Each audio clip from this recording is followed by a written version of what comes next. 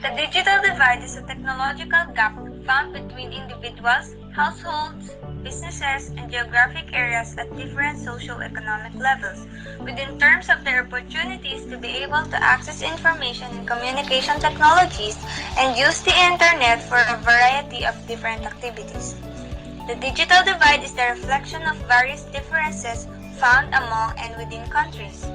Businesses and individuals have the ability to take advantage of the internet, but this varies significantly across developed or developing countries.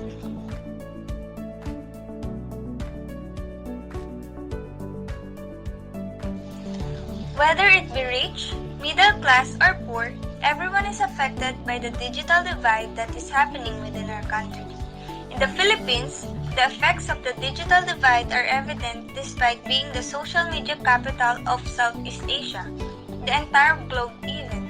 The country ranked 103 in the 139 countries surveyed with poor internet connectivity in the year 2019. Furthermore, according to experts, effects are severely seen clearly.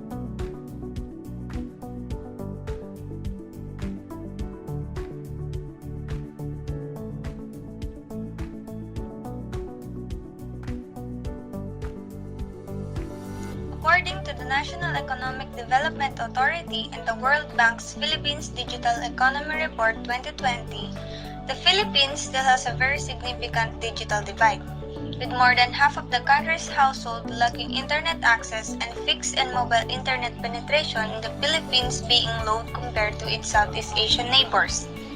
This divide is thought to contribute to unequal access to internet-delivered services. As a result, face-to-face interaction and analog practices largely dominate in the Philippines, making social distancing economically costly.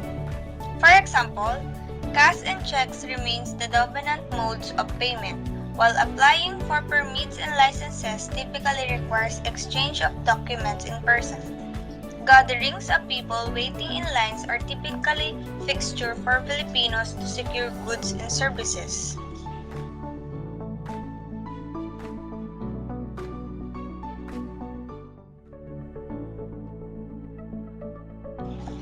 In the study of Talandra Felipe, May Marie and Tauto, Yolanda and Tauto, Celso, it was found that the majority of the respondents were non-users of ICT due to lack of knowledge, access, and comfort in doing so. Based on the measurement indices, the digital divide exists and the factors that cause the gap are age, employment status, educational attainment, and household income. Dimensions of digital divide.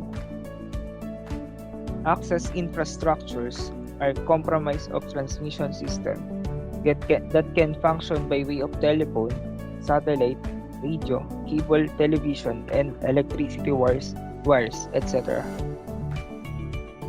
Internet connections can be at either normal or broadband levels, which determine the speed of information transfer.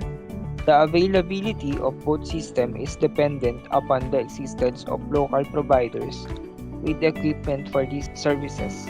It is important to mention that the competitiveness of the different access technologies has been evasive and that billions of dollars investment, for example in satellites, have been lost for backing the wrong technologies, supported by inaccurate forecasts of market trends. Equipment for individual access. The most common equipment for accessing the internet are mobile phones, computer with a modem, and the telephone line with the dial-up access to a service provider. The main mechanism of individual access are home, work, school, and public or private telecenters. The literature on the digital divide is generally consistent in defining two main factors that determine internet access levels, given the existence of communication infrastructure. They are personal income and educational level. Given the same income level, people with higher education levels are more likely to have access to the internet. With the exception of some particular regions, There is relative equality of internet access between men and women. The unequal impact on different racial and ethnic groups tends to be consistent with inequalities in income and education, with the exception of situations where unequal access is aggravated by language differences between ethnic groups. The penetration of the internet in developing countries is also associated with the level of urbanization. The digital divide, particularly in the developing countries, is aggravated dramatically in rural regions. In general, higher level of urban concentration correspond to higher members of users. Training in the use of the computers and the internet, or popularly known as digital literacy, can be offered through formal courses in school or at work, private courses, or courses promoted by non-governmental organizations, or by spending time in contexts where the internet is used and people nearby are able to offer assistance when needed. Children, in particular, tend to learn to use computers and the internet through play without direct orientation. The probability of having the type of access that allows this kind of learning by osmosis, either at home or work, is lower in low-income sectors where the chances of owning a home computer as well as having access to a computer in the work are extremely low. Intellectual skills of the user. The ability to use the information available on the internet as source of knowledge and intellectual and professional development depends on the user's prior skills. This qualification assumes basic literacy and abilities acquired within the school system. Digital literacy cannot be dissociated from book literacy. The network multiplies the possibilities for intellectual and professional work, but at least until the present moment, it is not a substitute for the basic intellectual qualifications that are acquired at school, and its effective potential depends on them. Though social inequality expressed, thorough education is reproduced and increases with the use of the internet. As long as much of the population of the developing world continues to struggle with illiteracy and semi-literacy, universal access to the internet will be an illusory goal. The usage. Aside from the divergences in skill levels, the digital divide debate has increasingly drawn attention to the actual usage of the internet. As a dependent factor, internet use can be measured in several ways. Statistics regarding usage time and frequency are not notoriously unreliable, as they rely on shifting and divergent operational definitions that are often determined by market search bureaus. These statistics gives only some indication of the differences between actual use and physical access. It is certain, for example, that actual use diverges greatly from potential use. Furthermore, those who have computer and or internet connection not always actually use them. Many assume users actually use the computer or the internet only once a week or a few times a month. Some people never use them. Issues of digital divide, ICT infrastructures, education, socioeconomic level. ICT infrastructure. Despite being called the social media capital of the world, Philippines' digital infrastructure weakness could be seen in terms of the number of its telecommunication. Thailand has 52,483 telecommunication towers, and Vietnam has 90,000 telecoms, and Philippines has 7,850. Vietnam has 756 user per tower, and Thailand has 991 user per tower. The Philippines has 4,090 user per tower, reflecting high congestion prone to degraded services. This is the basic reason why the internet connection in the country is limited, slow, and unreliable in many areas. A survey has done by the DICT and PAD that half of the country's 42,064 barangays have telecommunication operators in their area and only 30% have fiber optic cable installed. Meanwhile, internet penetration in the Philippines stood at just 67% by January 2021. This means that 33% or about a third of a country is not reachable by the internet, depriving those areas of vital digital information and whatever available digital services there are from either government or private sector. Highly urbanized and dense Metro Manila has the highest percentage of population with sufficient access to both fixed broadband and mobile internet, whereas the Bangsamoro Autonomous Region of Muslim Mindanao has the largest percentage of the rural population without sufficient access to both. Education. Due to the ongoing pandemic, education now involved in online learning. It comes in a variety of blended distance and remote learning, but even before the internet was already used for education, aiding students and teachers. One facet of internet divide is among the students who lacks internet access. This is the case particularly for the lower income classes, because despite of having poor quality and slow internet speed, the majority of the students already have online access. Another aspect of the digital divide in education that requires a huge amount of attention is the use of online means by the elderly. Most of the educators are at the age of 55 and above.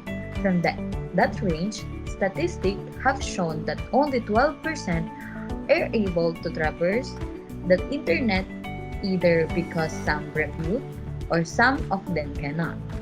This severely affects the compromised online learning for the inability to deliver quality online education due to the unfamiliarity with new modes of learning and teaching. This resulted in many Filipinos missing out on opportunities for education. Socioeconomic levels. Financial capacity is one of the huge factors needed in order to keep up in those times.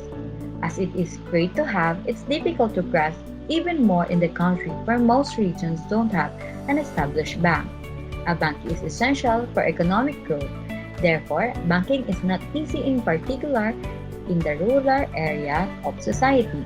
Attaining those potential gains, however, means having to improve and to have the ability to rise up from the bottom of the socio-economic ladder. Unfortunately, not many Filipino households hold ownership of bank saving accounts due to the geographic access and economic circumstances.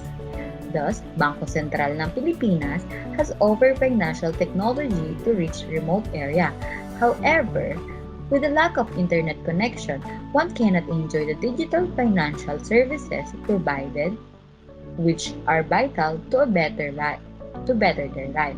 In contrast, higher income households are expected to have the leverage and are more likely to have good access to digital resources. Effects of digital divide. The digital divide has contributed to difference in development levels among states. The access to information in developed world is much better as compared to the case in underdeveloped world. Most people living in developed countries have access to modern technology, high-speed connection to the internet, and solid plans, as well as availability of more advanced and sophisticated devices. Contrary, many people living in the third world countries lack such privilege. Sometimes even access to internet is a problem. The difference has created an economic divide globally since information is critical in facilitating productivity. Pros of digital divide. Increased profitability among business having unrestricted access. Organizations with improved access to ICT services can take advantage of the competitive edge that comes with the benefits of ICT to outperform rival entities and thrive in their various fields. Business ventures that invest in modern technology improve productivity and revenue turnover. Digital divide help converge culture and keep the societal fabric intact. In as much as the internet promises to handle most of the daily life problems and offer a better form of living, Numerous disadvantages come with unrestricted access to the internet. Some of the content in the website may not be suitable for given groups of people, thus withholding access is essential in maintaining virtues of conservative society. Besides, the digital divide benefits the lower socio-economic class person as they can prioritize on focusing their limited resources on more pressing issues. Digital divide phenomenon offer increased opportunities. Opportunities for personal, educational, and occupational advancement to the privileged members of society. Cons of digital divide. It is an expensive affair. Government and non-profit making organizations attempt to bridge the gap between those who can reach ICT services and those who lack it. This has proven to be very expensive due to the dynamic nature of technology, making purchasing the latest device to be very costly. New advancement renders some of the initial acquired equipment obsolete and thus further escalate the cost. Digital divide widens the segregation between people. The rift between the poor and wealthy extends further when they feed news and information from different quarters. As the rich advance in understanding and literacy, the poor keep diminishing, thus widening the disparity. Digital divide impacts negatively on the economy. Enormous difference in digital service among people creates economic divide as well as social divide. This limits interaction between the two groups. Also, the digital divide can be attributed to a rise in crime level because of people lacking such services will engage in unscrupulous activities to acquire the latest technology. How to avoid digital divide? As technology has advanced during the last 2 decades, people's interactions with computers have intensified. Access to computers and the internet has become important in today's culture.